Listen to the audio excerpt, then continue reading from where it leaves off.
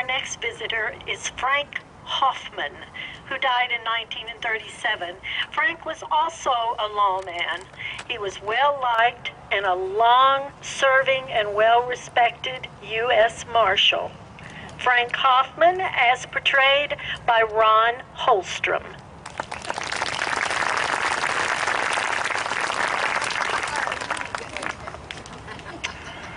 Home, home on the range, where the deer and the antelope play. I used to sing that song to my horses when I was riding on the cattle ranges of the Dakotas. Yeah, the horses didn't care much for the tune either.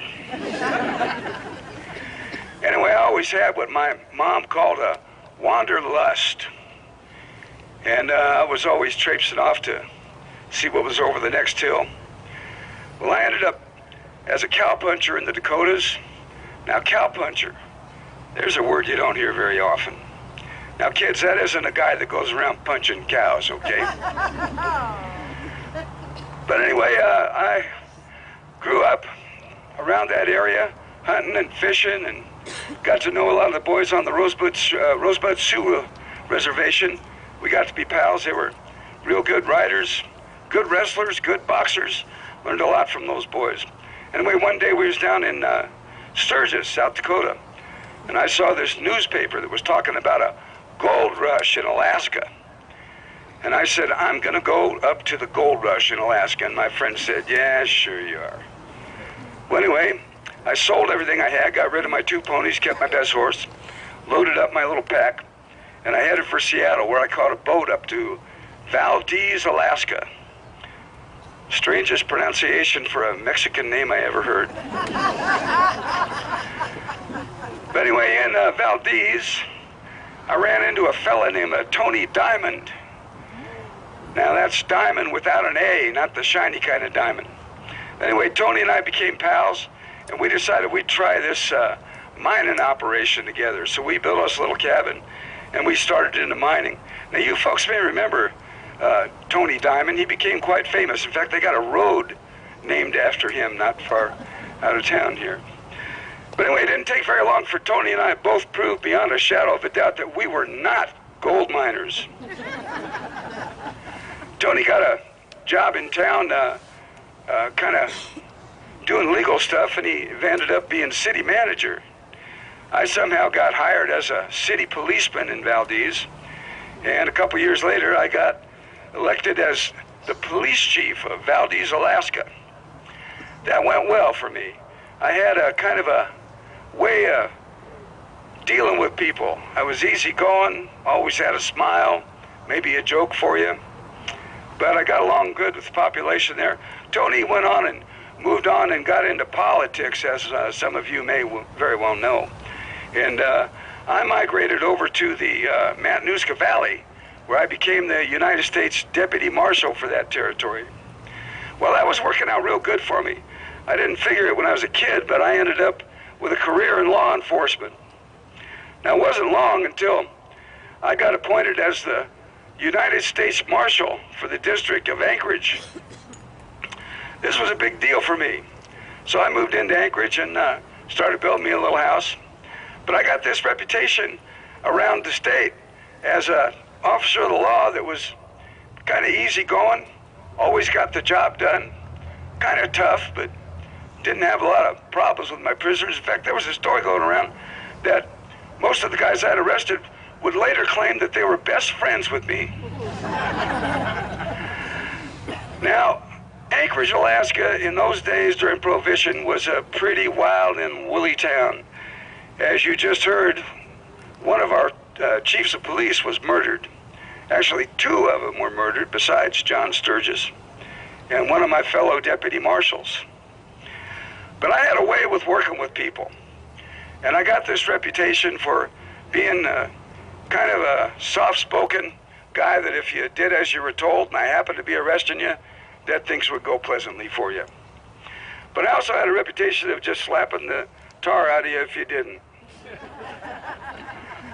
One day I got news that this wild yahoo out of Fairbanks had come down on a train specifically to, pardon my language, ladies, kick my butt. Well, anyway, I wandered down 4th Avenue. Yeah, he was on 4th Avenue. Imagine that. A hard case on 4th Avenue. Anyway, when I approached him, he started cussing up a storm. He knew words I'd never even heard of. But while he was berating me like that, I just reached over and knocked him out. Yeah, that was the reputation I had. I always figured, if you got a job to do and people aren't apt to like it, well, kill them with kindness.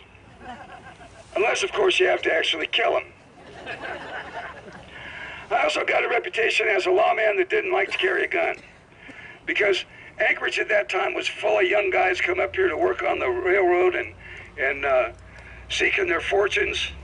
And Prohibition being what it was, young fellas and booze just never seemed to mix. A lot of people in town carried guns at the time, and I figured if I was going up to haul somebody in, they'd be more likely not to draw that gun on me if I didn't have one on myself. It proved true. In all those years, I never got shot at, never lost a fight. And like I said, most of the people I arrested would later claimed to be my best pal. Along about 1916, the best thing that ever happened to me in my whole life happened. Her name was Florence. I called her Flo, just once. But anyway, Florence and I were of an age, we were middle-aged people, and we started hanging around together, and eventually we got married. I liked her a lot.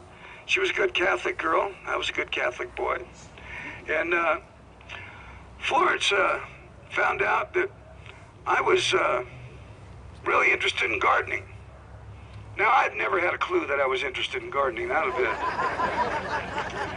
But we built this little house, we started this garden, and our garden became a place that anybody coming to visit Anchorage would come and see. We got really good at it. And we were both good Catholic folks, belonged to the local church here. In fact, history shows that we were instrumental in starting the Holy Family Cathedral right here in Anchorage.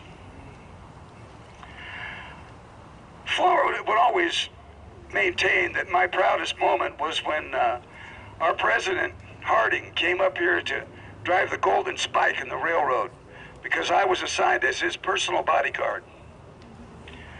It was quite a thing, riding in private rail cars and hobnobbing with the elite as it was. He was a darn nice guy. He didn't survive the trip back home, though. Well, some people say he got poisoned by some seafood up here. Other people say that he just got poisoned, period. But he died in San Francisco on his return trip. I lived a good long life here in Anchorage. Florence and I had that great little house, and every spring we'd have people coming from miles around to look at our garden. People always seemed to like us. Like I said, I never had a bullet hit me. Never had a real serious altercation as a marshal all those years of law enforcement. One day at the age of 90, I just dropped dead. Just like that, with my boots on.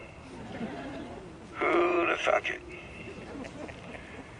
But anyway, there was a lot of stuff that we did as marshals and as law enforcement in Anchorage. We would do all the rescues and the searches for folks that wandered off in the wilderness and get lost.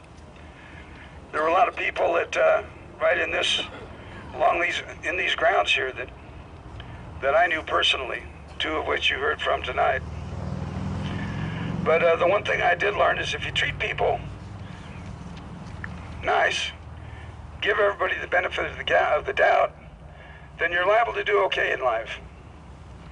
Florence went on to live a long life here in Anchorage. She died at the age of 102. She was quite a lady, and my proudest achievement. But anyway, thanks for coming out tonight. I want to thank you. I'm Frank Hoffman, United States Marshal at your service.